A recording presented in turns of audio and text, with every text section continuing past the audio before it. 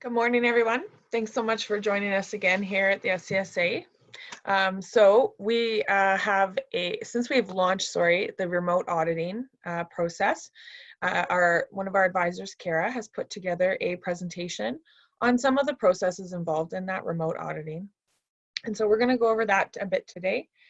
Before we get into it, as always, we're going to take a minute here just to introduce everyone on the chat today. And we'll get started with Bill. Good morning, I'm Bill Gazelle. I'm an advisor out of the Saskatoon office. And Carrie? Good morning, I'm Carrie Greening. I'm a program auditor out of the Saskatoon office as well. Thanks, Carrie. And Lori? Good morning, I'm Lori Sins, program administrator out of the Regina office. Oh, thanks, Lori. And Kara?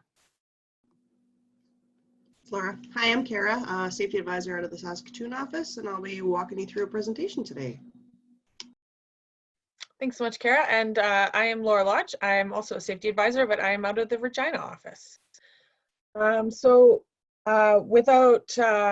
Before we get into Kara's presentation, just really quick, if it's the first time you're joining us on Zoom, just a reminder, if you do have questions, we ask that you put it in the question and answer, the Q&A section on Zoom.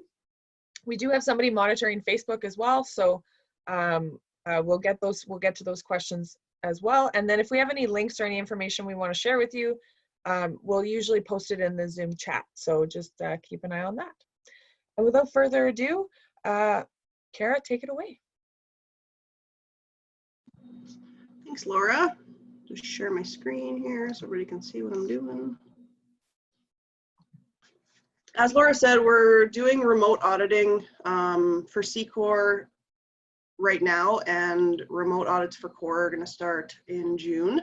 So I've had a couple member companies that I've been working with that have had a little bit of trouble navigating how to get this done. So I just wanted to throw something together so that everybody could kind of see what was going on. So, like I said, the SCSA auditors are now conducting remote C-Corps audits via Teams. So you'll have to download Teams on your computer. It's a free download, very easy to use. And that way the auditor can check in with you for C-Corps for the morning meeting, as well as the closeout. For Corps, it's going to be the morning meeting, the opening meeting, the closing meeting. We're going to be doing interviews and observations that way as well. When the Corps audits start, if the members are having trouble with that, please reach out to us and I'll put something together for that as well. I just wanted to touch on the documentation because, as I said, right now all we're doing is the C-Corps audits. So all the program documentation, including your health and safety manual, will have to be uploaded to the FTP site. So basically you're going to take a digital copy of your manual, put it in so that the auditor can see it. They're also going to want to see an organizational chart. Doesn't have to be anything fancy. You can basically do it on a Word document if you really want to. We want to see senior management, supervisors, workers, subcontractors. And like I said, it doesn't have to be anything fancy. You don't have to actually make the chart with little boxes, just so that everybody within the company who's doing work for the company is recognized on there and the auditor can see what kind of paperwork they have and they're included with. So after booking your audit, the company contact will receive instructions from our program services department on how everything's going to work. So how the audit will be conducted, what kind of documentation is needed by the auditor. If it's for a Corps audit, interviews and observations will be covered in that as well. So this will also include the login and password for the FTP site. Now I'm going to use the word FTP a lot today. And basically what that means is File Transfer Protocol Site. So it's a secure site where your documentation will be uploaded. Only you and the auditor in charge of the audit are going to be able to see that paperwork. So once you upload it, the auditor will be able to go in. He'll be able to go in. Nobody else will be granted access to that. So if you've registered for Corps or C-Corps, you should have an advisor that's been assigned to your company. So there should be an auditor or an advisor rather that's reached out to you to help you with your program documentation. So they will be the point of contact for helping you to upload any file documentation or program documentation that you need for the audit. So just reach out to your advisor and they'll be more than happy to help you. If you have further questions after this presentation, you can reach out to your advisor. We have our contact here, so www.scsaonline.ca/contact. Okay, so for the documentation, basically what's going to happen is you'll receive an email with written instructions on how to upload your documentation 3 to 4 weeks before the audit is scheduled. Okay, so that should give you enough time to upload everything that you need. It is beneficial to your company to upload all documentation to your home or work computer before beginning the upload to the FTP site. Okay, so we want to make sure that we have everything scanned in to your local drive. It's a really good idea to set up files like I've shown here. So this is what the FTP site's going to look like. The top picture there. So we have the company health and safety manual. You can just drag and drop that right into that file. Okay. Then we have our organizational chart. Again, you can make that a Word document. You can play around with some boxes and little tree looking thing like a family tree and throw everybody's names in there if you want. Whatever is easiest for you. Next, we have the program documentation. So when you open this file, you're going to see these files. So what I would suggest to you as an advisor is to set these files up on your computer and then start scanning your documentation into those corresponding files.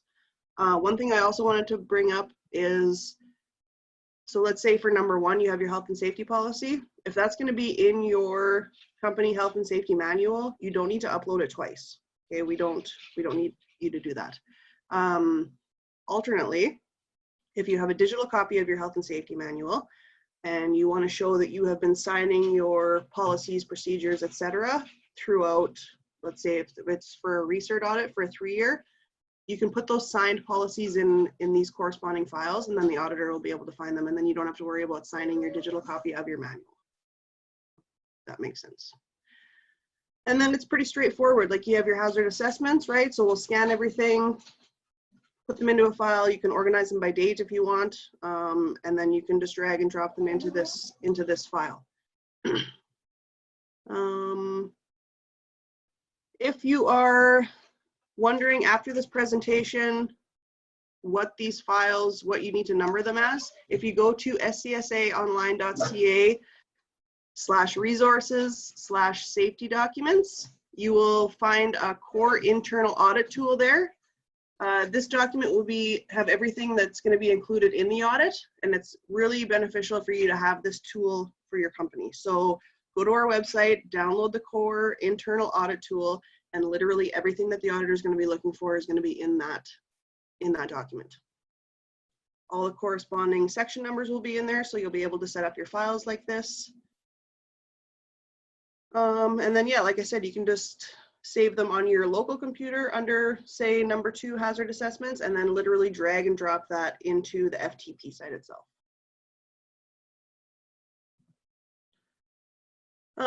So alternate means, if you're concerned that you do not have time to upload all of your documentation, you can consider using a third-party business such as Staples or any other home office place that does that scanning. They will scan that documentation in for you. They can email it to you. If it's a rather large file, they might throw it on a thumb drive for you. And they can scan this in a fraction of the time. If you're at home, if you're working at home, like a lot of us are right now, and you have a tiny little scanner that does 1 page at a time, this might be the best option for you, because they have those industrial scanners where they can just shoot all those papers through in a matter of minutes. They can upload that to a thumb drive for you. You can bring it home, and then you can just drag and drop into the corresponding files that the auditor is going to be looking for. There is going to be a cost associated with this. I didn't look into what it is, and it's probably going to depend on how much paperwork you have. But if you think about paying someone for 3 days to scan your documentation in, as opposed to paying X amount of dollars for somebody to scan it in within, say, 2 hours, I mean, it's going to be a decision that you as an owner or a manager is going to have to make, but it is an option. Again, alternately, if your company is using a digital platform already, such as SiteDocs or some other safety management program, if you grant our auditor access to that site, they can look at all your paperwork there. If you're doing digital copies, just grant them a password rather, they can log in and they can see all the documentation that you've been filling out thus far. So for the audit, The SCSA auditor will be the point of contact for help, or sorry, the SCSA advisor. So Bill, myself, Laura, Mike, we have numerous advisors at the association. They're going to be your point of contact for help with uploading the documentation and any other troubleshooting that you may come across up until the date of the audit. The day of the audit, the auditor is going to be your point of contact. So the auditor is going to be checking that FTP site that's been granted to you and the auditor about 1 or 2 weeks before the audit. They're going to check and see if the paperwork has been uploaded. If there's a problem or they don't see any paperwork in there, they're going to reach out to the advisor, and then your advisor is going to reach out to you to see if you're having trouble. Alternately, if you know that you're having trouble, reach out to your advisor and we will be more than happy to help you with whatever we are able to do. Again, your auditor is going to be your point of contact throughout the audit. So if it's a C-Corps audit, it's usually a 1-day. Core audits usually take a little bit longer, but if you're having any trouble during the audit, make sure you reach out to the auditor. You will be granted their contact information. So you'll get that when you have your information that's sent to you with your FTP site and et cetera. On the first day of the audit, the auditor and senior management are going to have what's called the opening meeting. So the auditor is going to reach out to you on Teams. They're going to introduce themselves, explain to you how the audit's going to work, and then they're basically just going to go through your FTP site and check everything out.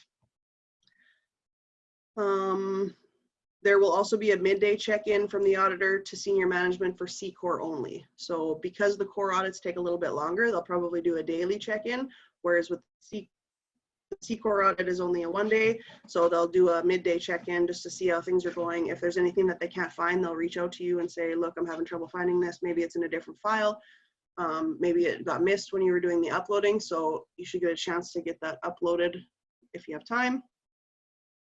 Then there's going to be a closeout meeting with the auditor and senior management to discuss the findings of the audit. So basically the auditor is going to reach out to you. They're going to say, okay, this is the score. They'll probably run through the sections with you. I haven't sat in on a C-Corps remote audit yet. I'm looking forward to that. So if during the audit at any time you have any questions, reach out to your auditor, reach out to your advisor. We're also here to help if there's any concerns.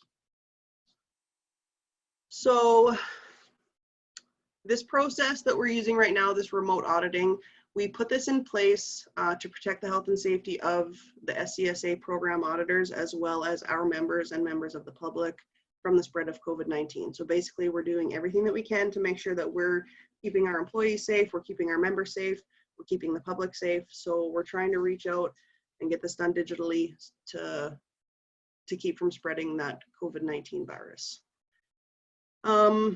Another benefit to this is it's going to save members and non-members money on their audit, because when you do the audit, you pay for the auditor's travel. So if you're a regional company outside Saskatoon or Regina, you're going to be paying mileage for that auditor, meals that they would have during the audit, and then any hotel stays for core audits, because it could take a day or 2 or 3 days to get that audit completed.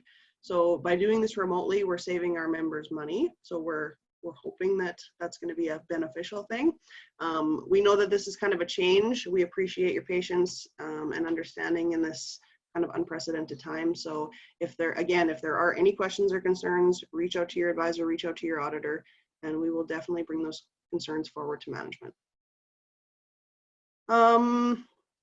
There will be exceptions granted on a case-by-case basis after being discussed with the Program Services Department and SCSA management. So in extraordinary circumstances, if you can't get your documentation uploaded, we can talk about that with Program Services and management, the leadership team.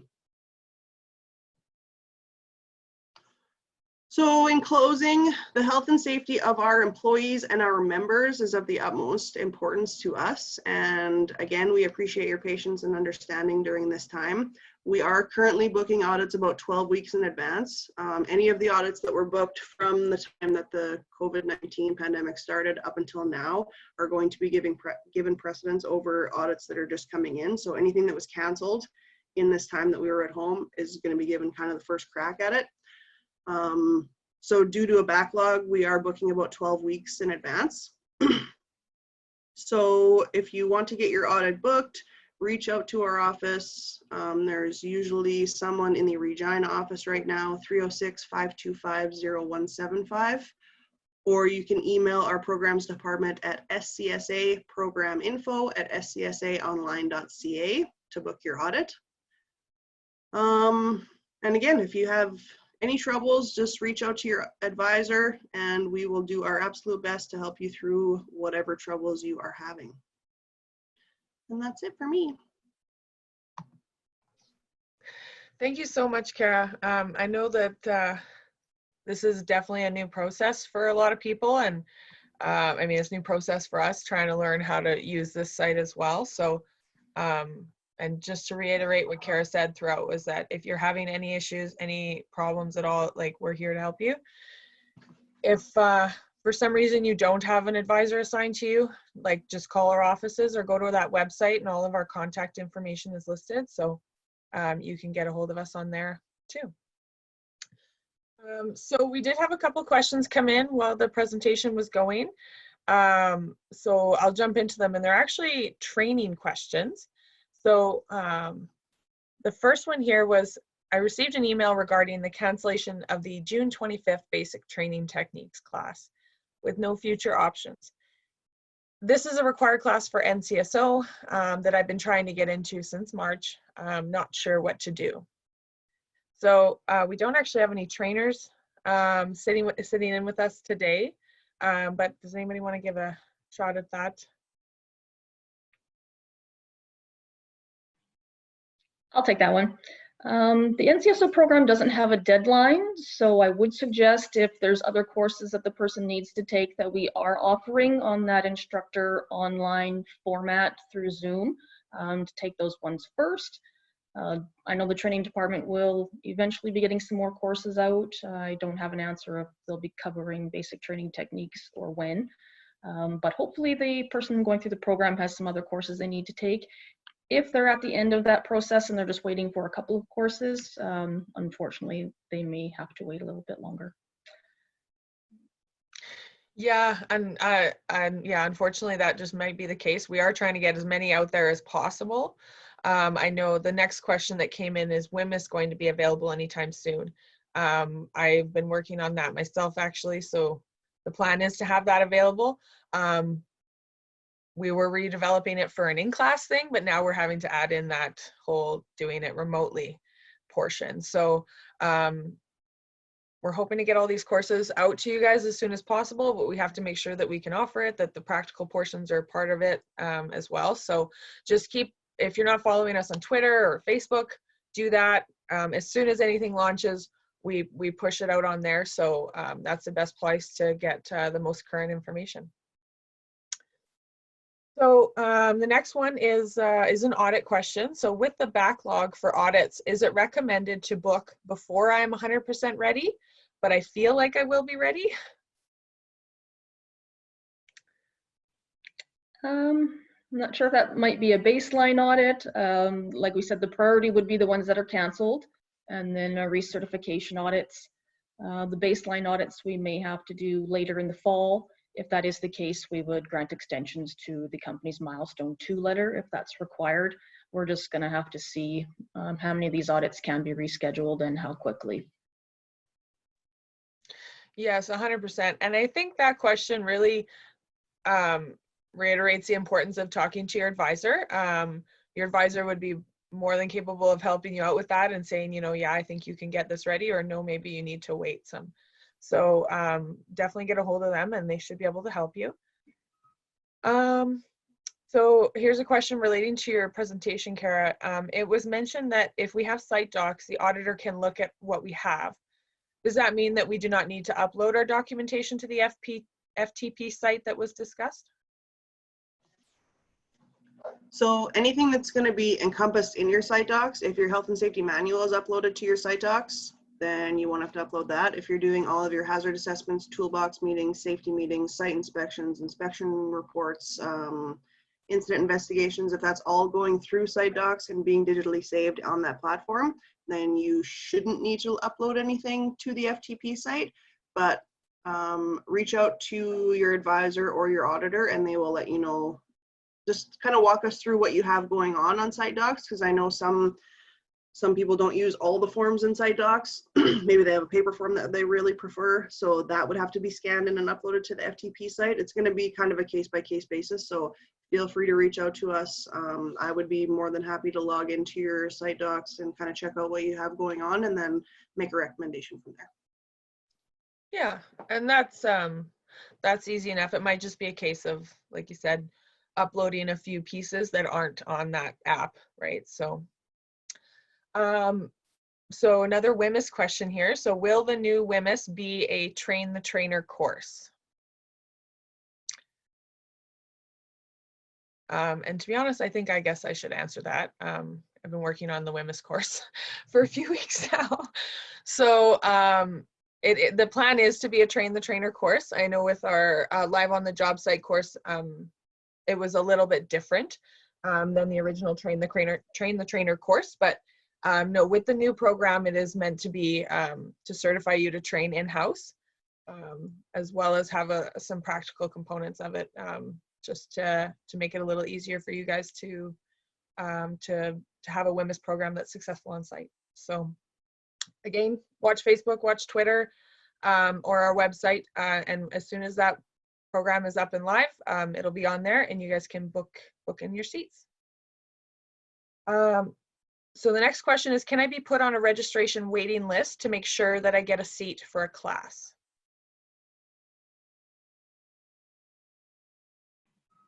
I'll just answer that based off what I've heard Adam say on other panels. As far as we know, there's not a waiting list. The courses will be posted through our schedule calendar on our website, and that would be the best place to keep referring back to. It'll show the course dates and how many seats are left. Yeah, and then you can just contact the office via phone or email and book yourself in for those future dates. If a date isn't available, then you just book yourself into the next available class. So are the audits only through Teams? I have a Zoom account. Can they do some of the audits through Zoom? Currently, we're just going to be going through the platform of Teams only for the opening and closing meeting, and communication we can do via phone call and or Teams. Just depends on what the questions are at the time within the audit. Okay, thanks so much, Carrie. So another WMIS question. My supervisor's WMIS Live has expired. He was also our trainer. Can he still conduct training for our other employees? If not, will the SCSA be granting extensions on our employees' individual WMIS that was issued? So that's a tough question. At this point, I'm not really sure if we grant extensions on expired courses. Lori, is there? I don't know a lot about it, but I would suggest that they phone the Regina office number and speak to the person there, let them know about the WMIS trainer that they're wanting to train those classes, and I believe that they would put them through to the training department for further information on that. For sure. Yeah, so that question was anonymous, so I think it's a little bit specific. So yeah, 100%, just call our office and we'll discuss your particular scenario and see what we can do to help you out. So sorry, Laura, I just put the number in the chat there. Awesome, thanks, Kara. So another WMIS question, will the old booklets be available for WMIS, for the WMIS program? So I believe they're probably talking about the packages that we used to sell, I think in packs of 10 or 12 of the work booklets for the students. And I believe the plan is to make those available again. Does anybody else have anything to add to that?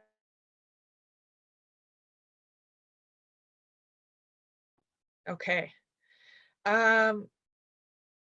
Has there been any feedback from the auditors on how the remote CCOR audits have been going so far? I don't know how many they've done, but Carrie, do you want to maybe speak to that?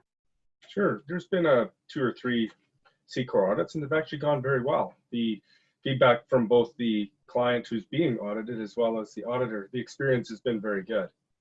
So there has been a couple of technical issues with uploading files, but sometimes that's just the way life is in this world of what we're dealing with at the moment. So, but we're working through that, and it's been going very, very well. It's been really positive feedback, actually. So it happens timely. So the audit process hasn't changed per se, just it's the same fundamentals that we're assessing and looking at. And the uploading of the documentation has been going well, and the review process as well. The organization is really great. Way Kara showed that it's outlined into the particular files. So what we're finding is it's helping companies actually align and organize their documentation electronically as well. So it's beneficial in two ways. So from the ongoing future of uploading documentation and maintaining it. So it's really good. Yeah, that's awesome. And it's sort of the upside to this whole scenario is that we're suddenly forced into this, and, you know, maybe something really good comes out of it, and, you know, we can do more and more of this remote stuff and make it a little easier for members. So the next question is another audit question. So has the duration of audits changed for remote auditing? Will this process make them quicker or make them longer? That's at the moment we're allotting a little bit more time. Like for a C-Corps audit, we're allotting 2 days. One for review of the documentation prior to ensure all things are established and ready for the audit. And with regards to the core audits, we're looking about 3 weeks back for companies to start uploading the documentation. And then we'll be reviewing components of each company's audit a couple weeks in advance, just to ensure that some key things are assessed and ensure that the right documentation is uploaded. So as an example, some companies can have a lot of documentation, and we use a technique called block sampling. So when that occurs, we may review some of the elements to ensure that we're asking for particular things. So if they have, as an example, 100 pieces of equipment and or items with regards to maintenance, there could be an awful lot of items to upload. So we may choose to do some block sampling and look at their inventory ahead of time and then kind of work with them on that basis. So there's a few things that we're sorting out. But I think by and large, it'll be a little bit longer initially for sure in terms of the auditing, but not significantly more. We're allowing, Lori, I believe, 1 more day typically than we have in the past for audits. And then there'll be some flexibility too with regards if we have some stumbling blocks within the audit, we may have the closeout meeting on the Monday as an example, following the week of the audit. So each one will be unique, and that's how we'll go with it. Yeah, I think it's just, like you said, it's a learning process. And I think, you know, in the beginning, it's going to take everyone some time to get used to it. And so we want to allow for extra time if it's necessary. But Right. I mean, this could very well streamline it. But right now, definitely plan for a little extra time to make sure everything goes smoothly. So we are a husband and wife company with 1 computer. Can we share a computer for upcoming classes, LSE, safety management, and auditor training?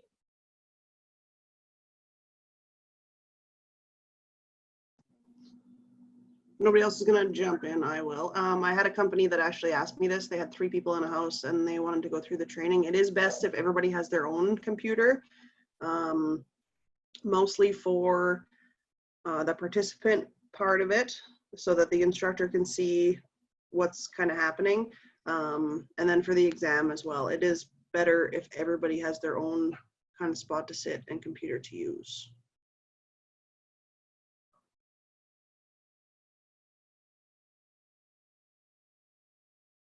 Thanks so much, Kara. So sorry. Camera cut out there. So will the remote auditing process be something that stays after COVID? We kind of touched on this a little bit before, but maybe Laura or Carrie could expand on it. We haven't even started the process, so it's a little hard to talk about the end means right now. We'll monitor that as it goes. That would be a decision that'll have to come at a later date by the executives and perhaps the board. So I can't answer that at this point. It's kind of a broad question, I know. yeah, so hopefully, I mean, it's a good thing if it goes good things can happen, but it is definitely something that we have to involve higher ups and as far as maintaining in the long term. So our next question is another WHMIS one. Do we as a company need to train our employees in WHMIS every 3 years? I have been hearing different things. What do we need to provide for WHMIS training? Does anybody want to speak to this? Or Well, your generic WHMIS will have an expiry date on it, but I think it's important to maintain training on site, especially if you have new products coming in, new people coming on site. You want to go through those SDSs periodically just to make sure that everybody's aware of the PPE they need to wear, what to do in emergency situations, things like that. So yes, your WHMIS, your generic WHMIS will have an expiry date on it, and I personally think it's very important to do continual training on the products and the control products that you're using on site. 100%. That's a really good point, Kara.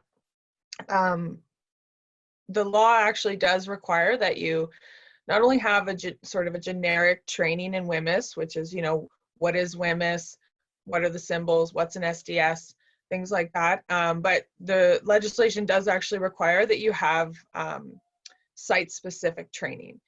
So you're not just sending your guys to a WHMIS course and calling it good. That once they get home from that WHMIS course, or back to work rather, you're training them on what they're handling on site. So the products, the labels, how to make them if they decant the products, how to protect themselves, where the PPE is, what's available, everything like that. So yes, you do. There is a little bit more involved than just sending them to a WHMIS course, and it does have to be reviewed annually, especially if things change. So again, if you have any more questions like specific to your WHMIS program, the advisors would be your best bet. They can come out and go through it with you and tell you what you need and help you pick up, you know, clean up the program if there's any sort of weak spots. But yeah, other than that, I would say wait for the new WHMIS program to come out. That will be out soon. I would say the beginning of summer sometime. So the next one is another training question. So does the fall protection training expire? What about PME training? Since Bill's been so quiet and he's been our fall protection guy as of late, we'll get him to pipe in here. Currently, our fall protection training does not expire. As with the other programs, it's always good to make sure that you have a continuous education component involved in your training. So whether that's a routine information session on the job site or not, or setting a regular interval to retake the class. A lot of organizations do that just to make sure that their workforce stays familiar with the regulations and the requirements and the equipment that's needed. But currently there is no expiry on the SCSA fall protection training. I see the other question is what about PME training? And I know that currently we do not offer a PME course, or we do not offer any more a PME course. But with everything, as we mentioned, the training department is looking and investigating all different options for providing training to the membership. So. Thanks, Bill. That's a great question and great answer. Again, I can't stress enough, if you have questions about your PME training, if your guys have had training and experience, best thing to do is contact your advisor and they can look at what you have in place and the records that you have. That's going to be your starting point, and see what maybe needs to be updated, if at all. So the next question is an auditing one. So this person is a non-member. What is the cost of a remote C-Corps audit for non-members? The remote audits will still have the fee of the $425 a day audit fee on that for non-members. So they would be saving the extra expenses of mileage, meals, hotel, things like that. Oh, okay, so just that baseline fee, none of the extra expenses at this point. Correct. Yeah, if you have any more questions, of course, call our program services department on that. So this person is asking, we are currently a core certified company and we want to update our manual. Is that okay to do? Do we need to resubmit the manual again at some point? It's one of the advisors maybe want to take this question. I can jump in. Yeah, just like anything, your program's going to change over time. We want to, that's kind of the point of the audit, right? Is to see what gaps we have and fill a need, right? So if there is something in your manual that you want to update, I would suggest reaching out to an advisor. They will let you know kind of what needs to stay. And then you can send it to an advisor for review. We can go through it, make sure it's still core compliant. But I'm going to let Lori touch on whether it needs to be resubmitted. Yeah, I just wanted to clarify on the question. Did you say C-Corp? No, they said they are currently a core certified company. Core certified, okay. If they're already core certified, unless they've made some major changes, if there's been structural organizational changes in their company that they've really revamped that manual, if something like that has happened, we do suggest that they submit it and we have the auditor review it. If it's just changes that have been implemented from feedback from a previous audit or working with the advisor, just doing some updates, minor updates, we would not need to look at that manual again until the external audit. Awesome. Thanks so much, Lori. And yeah, just to stress Kara's point again, that yeah, 100%, your manual is supposed to change. It's supposed to be a living, breathing document is what we say. So totally encourage companies to update it as necessary, whether it's changing a procedure or how you word a policy statement. That's totally fine to do. So the next question is, regarding interviews with a remote core audit. How would the interviews work with that? And this person estimates that they need about 17 interviews. So they kind of know how many people they have and what their ratios are. So maybe they want to, Carrie or Lori could speak to this. Yeah, I can talk about that.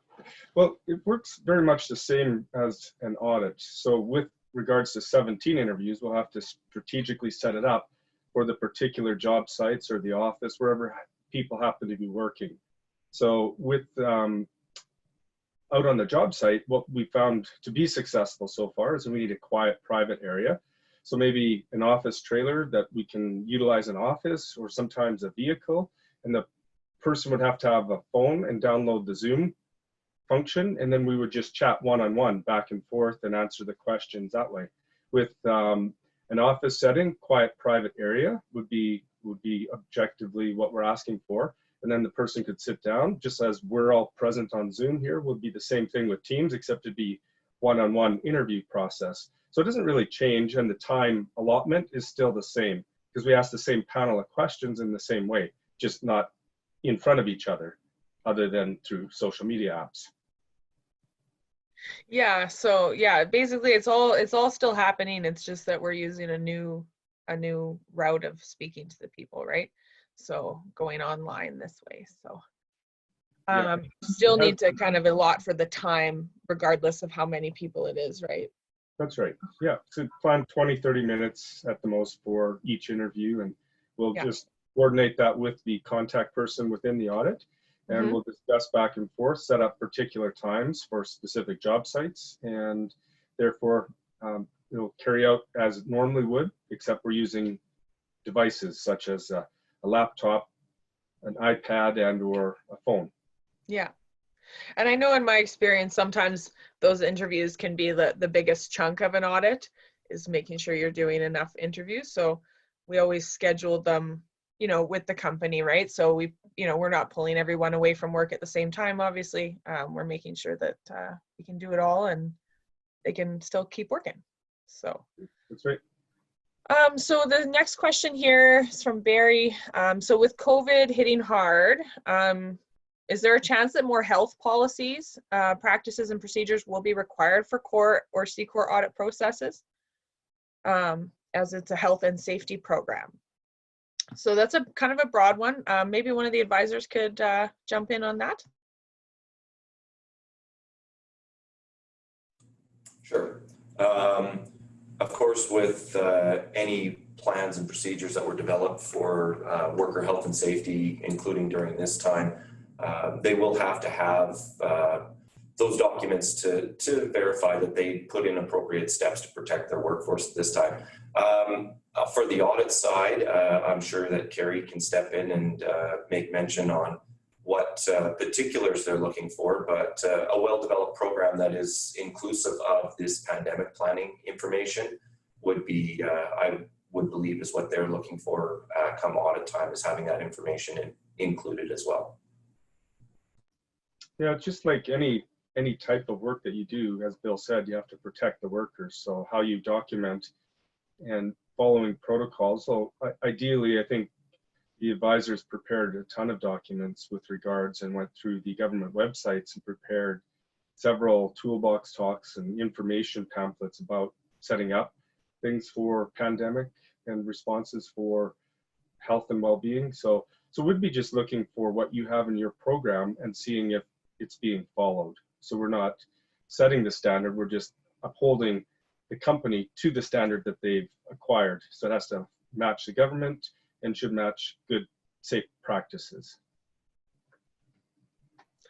Yes, and just to stress what you said there, Carrie, with COVID and everything that's in place and the requirements of government and public health, you're not alone in this, and you don't have to, redesign the wheel here. We've got sample forms and policies available on our website for pretty much every scenario at this point. So give us if you don't have an advisor, you can get a hold of one, and we can help you put together a policy and a plan for dealing with COVID if you haven't already. So don't feel like you need to do this all on your own. So the next question is about remote audits. So during the remote audit, how will the observations work? Will the auditor be determining how and where the observations will occur? Yes, just like any audit, we have to have full disclosure of all the sites that are operating within Saskatchewan. So when they complete the site assessment form, that's what we require, is full knowledge of all the active work sites. And then we'll choose, like we did before, the active work sites to go to. And we're going to be going not physically there unless absolutely required. Then we have protocols in place. But currently what we're going to be doing is utilizing a Teams type platform, and we'll be working with the contact person who's setting up the audit, and they'll be going to the particular job site, holding up the phone in areas, and we'll guide through the process. So when you look at the audit tool, there's several questions that are all about observations. So objectively, that's what we're trying to do, is to see and focus on through virtual. We'll look at the job safety boards, we'll look at the vehicle, we'll look for the fire extinguishers being checked, the first aid kits stocked, and we'll do our best to see the expiration date on the contents if it's within the time and what have you. So just like your office, let's say you're in a plant or a yard.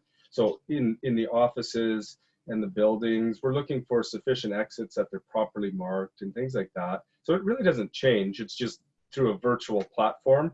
And yeah, so I think it's going to work quite well, providing that we have access to the job site with a cell phone or a device that we can see the actual site. So we'll work with the company specifically a couple weeks in advance to ensure that we have access or approval for that client to utilize that phone or device on the job site, and then we'll go from there. Awesome. So yeah, it's just a different way we're doing things now. So I can imagine that might be a little bit time consuming at first, but I'm sure we'll get really good at it as time goes on. So this person's asking, they've applied for CORE. We conduct many 10-minute jobs. What will the job site observation requirements be while remote auditing is being conducted? So that's a very specific question. Maybe Carrie, you can speak to that. Sorry, I'm just rereading that question. So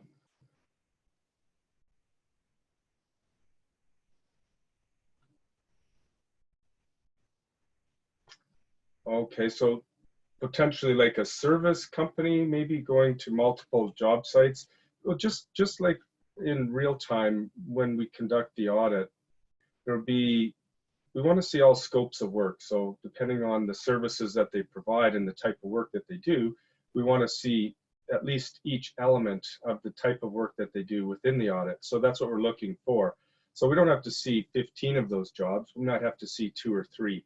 And we would be the same as a commercial job or industrial job.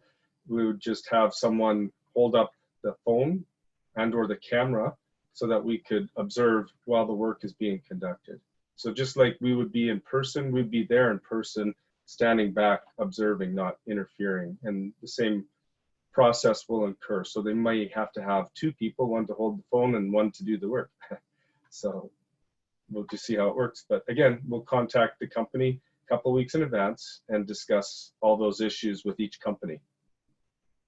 100%. Every audit is very specific to the company, and we do our best to make sure that we make it work for everyone. So thanks so much, Carrie. So the next is a training question regarding the e-passport. So that launched last week, I believe. So how do I add training to my e-passport? And the example that this person's using is Occupational Health Committee Training Level 2. So I'm going to assume they took it maybe through WorkSafe Saskatchewan. What should this person do to get that training on their e-passport? Training taken at other providers that we accept, like any other process, the student would submit copies of that certificate to us. Then if it's approved, we can enter it into their records, and then that ultimately will show on their e-passport because it would be in their records from that point. Awesome. Thanks so much, Lori. And just to expand on that, the next question that came in was, how do I know if training outside of the SCSA is accepted by SCSA? And the example they use here is WMIS. For majority of our classes, we accept it if it's been taken through another Canadian Federation Construction Safety Association, which would be Alberta Construction Safety, Manitoba Construction Safety, things like that. Those ones are for sure. We would just need copies of the certificates. There are a few other certificates that we take outside of our sister associations. So ones like St. John's Ambulance, First Aid, Red Cross First Aid, Danatech, TDG. So there's some specific courses that we accept. Those would mostly be through our NCSO and HSA program, and those students have been given the information of which courses are acceptable. But if the student's ever curious, they could send us copies of their training and we would review it and let them know. Awesome. Thanks so much, Lori. Lori, sorry to interrupt. That email that people are sending their certs into, is that the program email? Yeah, let's go with that one. It can also go. Yeah. Okay, it's in the chat. Okay. Awesome. Thanks so much, Kara. So if you're just joining us, we got Kara and Bill have added some contact information into the chat for Regina and Saskatoon offices, as well as some resources on COVID-19. And if you have questions regarding your training, you can send copies of your training certificates into that program info at scsaonline.ca. So the next question that's coming in is, do all my supervisors need their proficiencies, their LSE training? This is a good question. Does anybody want to answer that one? The core trained person at the company, sorry, Carrie, were you going to jump in? No, go ahead. The core trained person at the company is going to have their proficiencies completed. But I believe not everybody has to do their proficiencies. Like, you still have the leadership training. You still went through how to do the incident investigation, the inspection, the toolbox talk. So it's a good idea to do the proficiencies. But I don't believe it's mandatory. If somebody else wants to jump in and tell me that I'm wrong, that's totally fine. Yeah, I highly recommend they do the proficiencies, just because, let's say there's only 2 people within the company and one has LSE with proficiencies, but they choose to leave that company. Now the other person let the proficiencies lapse, and now they'll have to retake LSE course online and or in person, and then conduct and complete those proficiencies. So it's always a good idea to just complete the course to its full extent, in my opinion. Yeah, absolutely. And like the training, the LSE training won't expire, but like Carrie said, if you take the training, you let the 8 months lapse that you have to do the proficiencies within, and then somebody else, your core trained person, leaves the company, then again, you're gonna have to take that course over again, do the proficiencies. So it's a good idea just to get them in. I mean, it's an incident investigation, which you can make up. Like, we obviously don't want you to cause an incident, so you can do your homework. an incident investigation, a site inspection, and a toolbox talk. So, 3 forms, send them into us to the LSE proficiency email. We'll go through that, and then that training is good for life. So 100%. I know any company I work with, my response was like, unless you have a reason to not do them, you need to do them. And let's just not have this discussion. And, people are going to get upset if they have to retake a course because they didn't do 3 pieces of paperwork and they have to retake a 2-day course. So just do them. Just do them. I've worked with some companies, Laura, that their staff has had to retake LSE or auditor in some reasons because they never finished their self audits. 3, I know of one person that has sat through LSE 4 separate times because they have failed to submit their proficiencies. Either they're too busy or otherwise. And every couple of years you see them come through and retake the class again. And they always say, oh, this time I'm going to remember to do my proficiency so I don't have to do this again. And a couple of years later, you see them walk through the door, taking the same class over again. So you're right, it is 3 pieces of paper. It's stuff that you're probably doing on the job site anyways. You are conducting inspections, you are conducting a toolbox talk. So take the time just to convert them to the SCSA's documentation to move the information from your form to that and submit it back and finish the course. That way you aren't going to be here 3 or 4 multiple times taking the same course. So. Mm-hmm. Although we love to have you guys if you want to come 3 or 4 times, but it's not exactly cost effective. The paperwork is on our website, SCSA Online. I just put the thing in the chat here, resources/safety-documents. So just click this link, scroll down to the LSE proficiency heading, and you can download those in a PDF form. 100%. Okay, thanks so much, guys. So we have a few more questions coming in. So with COVID affecting how we do things, I'm having some trouble doing a self-audit. Will there be extensions on the deadline? So it sounds like perhaps for the actual auditor training class, the self-audit, maybe Carrie or Lori could speak to this. Yes, I suppose if the person's right at their deadline and they have not been able to conduct that audit yet, they would have to contact us and we would take that forward, possibly for an extension. The extension may not be very long, so it's still going to be something that would have to be in effect fairly quickly that they could conduct that audit. Yes. So everything, I mean, for the most part, what we do here is on a case-by-case basis. So the best thing I can tell you to do is contact our offices and we'll work with you to try and do what we can. Also going to take this opportunity to stress what Bill said, and with these self-audits and these proficiencies, try not to wait till the last minute to get them in, because I mean, sometimes global pandemics pop up and work sites shut down. So, but yes, contact our office and we will do what we can to help you. So this next person is asking, would it be a good time to register for CORE, or should I hold off? And what is the process for registering? If a company does register for CORE or C-Corps, in total they have 18-month time frame to get certified. And that's broken down into 2 components of milestone letters.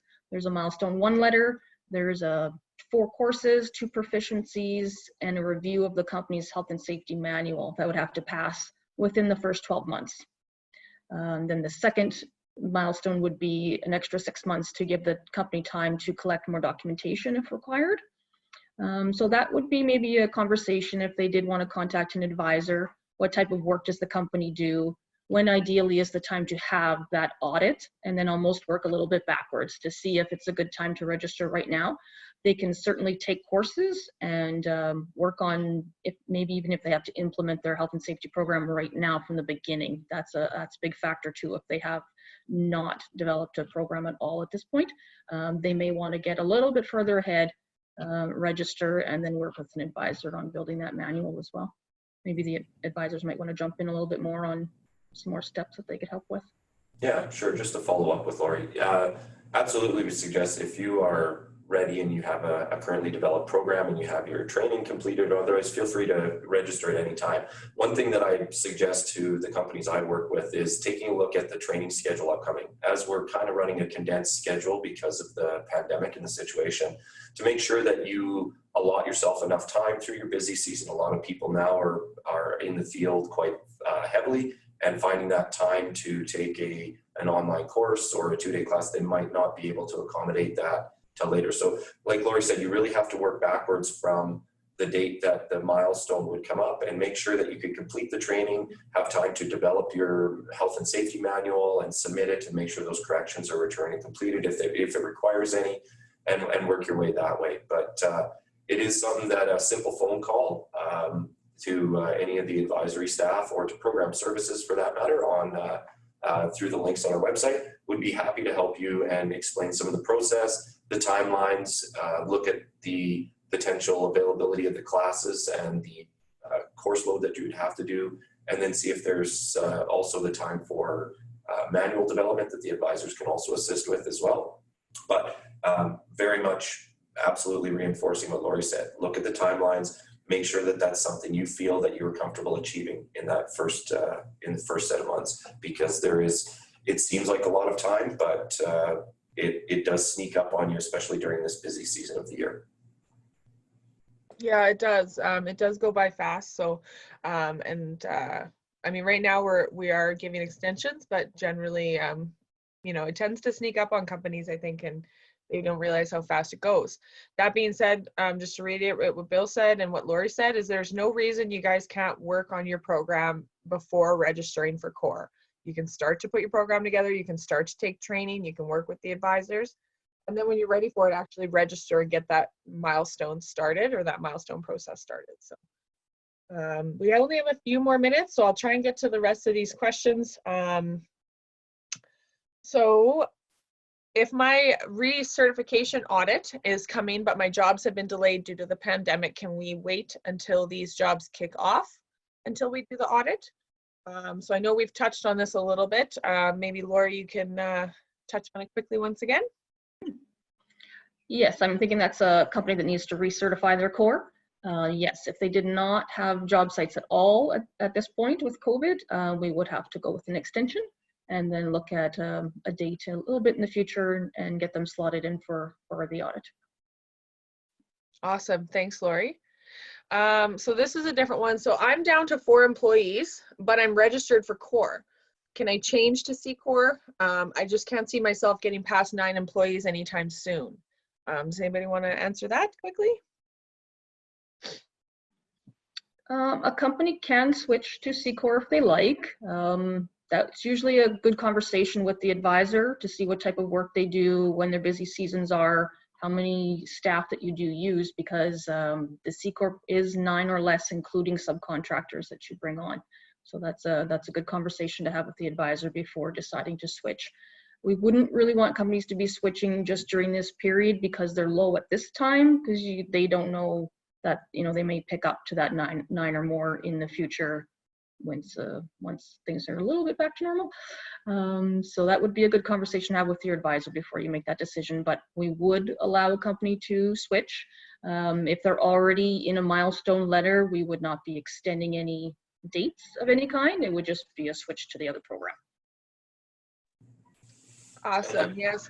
And again, like most of the questions we've had, or a lot of them, a lot of this is case by case. So the best bet is to start with your advisor, and they'll take you down the right path and make sure that you have everything that you needed, and you're going to be successful at that, at this whatever program you choose.